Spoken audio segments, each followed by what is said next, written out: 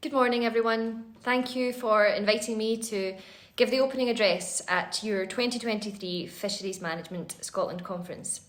I understand this is the first in-person conference that FMS has had since 2019, and I'm sure you're all very glad to be back in the room together. I'm sorry that I'm not able to be with you in person today, but having had a look at the programme, I have no doubt it's going to be a fantastic day of informative and inspiring discussion.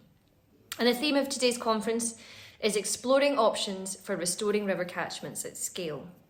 We know that the quality of the water environment is directly connected to land use and management and that of the whole catchment, and that taking action at catchment scale will help us tackle the twin crises of climate change and nature loss. And this is central to so many Scottish Government initiatives.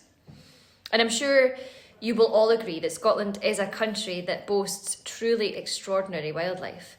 The BBC series Wild Isles, which I have been so enjoying, has captured some incredible footage of wildlife spectacles, and I hope that it's inspiring people up and down the country to get involved, to support conservation efforts. Everything counts, no matter how small.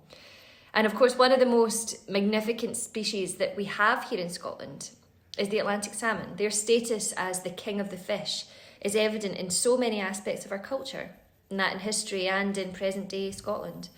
Their presence in our freshwater environment supports freshwater pearl mussel populations, restores nutrient flow, and increases freshwater productivity. Not only do salmon provide environmental benefits, but they play a vital role in supporting our rural economies, including through activities like angling. Now, sadly, there is unequivocal evidence now that populations of wild salmon are at crisis point. A pattern of decline that is replicated across the salmon's North Atlantic range. We know there are many pressures impacting wild salmon through their life cycle. And whilst we can be proud of our collective efforts to date to safeguard the species, there remains much that we can and must do to build the resilience in salmon populations. For instance, through catchment scale river restoration, we can ensure large numbers of healthy smolts leave our rivers and that returning adults have free access to cold, clean water. And the protection and restoration of wild salmon populations is a long-held priority. That's why we published our wild salmon strategy in 2022, which set out our vision for flourishing populations of wild salmon in Scotland. Earlier this year, we launched the implementation plan which accompanies it and which commits a programme of work to be undertaken over the next 5 years to enable us to achieve our vision. It's clear that a whole of society approach will be needed. The plan sets out over 60 separate actions to be carried out by Scottish Government and a wide range of our delivery partners.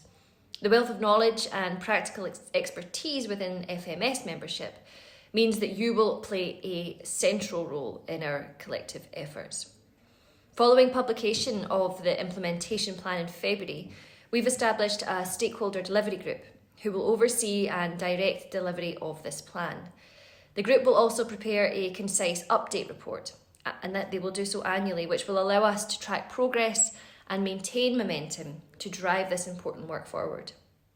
And central to the successful delivery of the plan is having that adaptive approach. We recognise that our understanding of the pressures on salmon, as well as the effectiveness of mitigation measures, is continually developing. We want to be flexible so that we can adapt, adjust where necessary, and to do that as new evidence becomes available.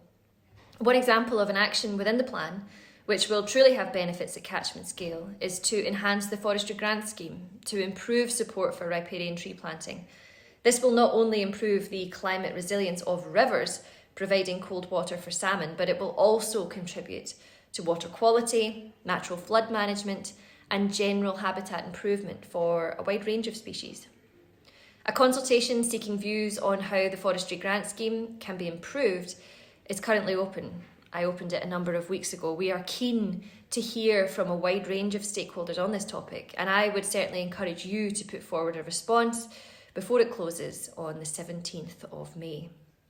Separately, in December last year, we published the draft Scottish Biodiversity Strategy.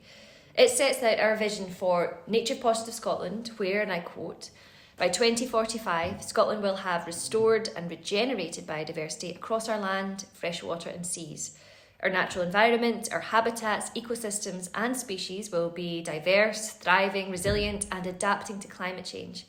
Regenerated biodiversity will drive a sustainable economy and support thriving communities, and people will play their part in the stewardship of nature for future generations. This strategy builds on the significant progress we've begun to make in recent years, but we are clear that we need to go further and faster.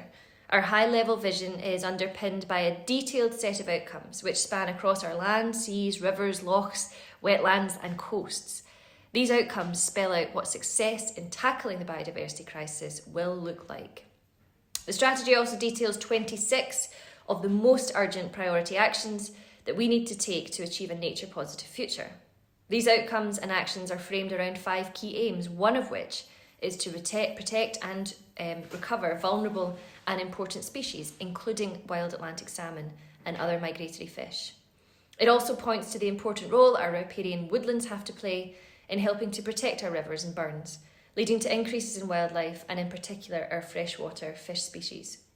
To do this, we need action at scale, with a programme of ecosystem restoration across our land and sea. And that's why it's really positive to know the focus of this conference today is an examination of catchment scale approach to restoring and to regeneration. The Nature Restoration Fund is currently providing multi-year funding to drive restoration at scale. I was really pleased to see that some of the most recent recipients of this funding were from the fisheries management community. And I believe that some of these projects will be covered in today's presentations. Now, during my time as Minister for Environment and Land Reform, and what a privilege it has been, I have had the pleasure of seeing firsthand some successful projects that have directly benefited wild salmon populations.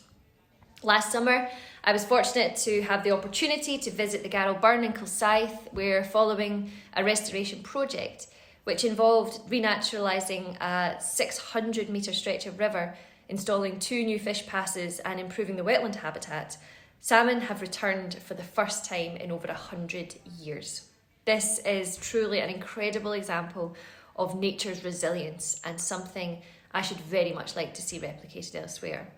This project shows that with the right approach, a great deal of hard work on the ground and investment, that wild salmon populations can recover. However, protection of these populations is of utmost importance, and I hope that we can together act now so that we don't completely lose salmon from any more areas of Scotland. When COP26 came to Scotland in 2021, it provided a platform to raise awareness of environmental issues both in Scotland and internationally. The Salmon School project, which combined art with community engagement, was a fabulous example of how we can raise awareness of declining wild salmon populations and do that with a broad audience. For the art part of the project, a shoal of 350 hand-blown glass salmon were hung from the roof during the COP26 conference in Glasgow and became a talking point for many of the delegates in attendance. At the same time, hundreds of children from 26 schools across the Clyde catchment took part in the youth-based citizen science project as part of the Salmon School. The children spent time on the riverbank learning about wild salmon, how to survey them and crucially how to protect them. I joined one school on their trip to the riverbank in my constituency, and it was great to see how engaged all of the children were. I firmly believe that we must educate our young people about the environment and climate change, as it will be their voices and actions that will help us find the solutions and who will make real change, and our young people are so enthused about contributing to that. Now, in closing today, I should like to reiterate the commitment from Scottish Government to aid recovery of salmon in Scotland. The Wild Salmon Strategy and Implementation Plan will guide our collective action that needs to be taken over the next 5 years. Alongside that, the Biodiversity Strategy has provided us with a vision and a pathway to a nature-positive future, and I look forward very much to seeing the progress that we can make together. You will hear today from many speakers who will talk about the excellent work going on across Scotland to protect and restore our precious catchments, helping to tackle the twin crises of biodiversity loss and climate change. I am Really disappointed to be missing out on these talks, but I very much hope you all enjoy your day and take the opportunity to learn from one another, to continue to develop strong partnerships, because these partnerships, this collaboration, is critical if we want to succeed in achieving our vision. Thank you.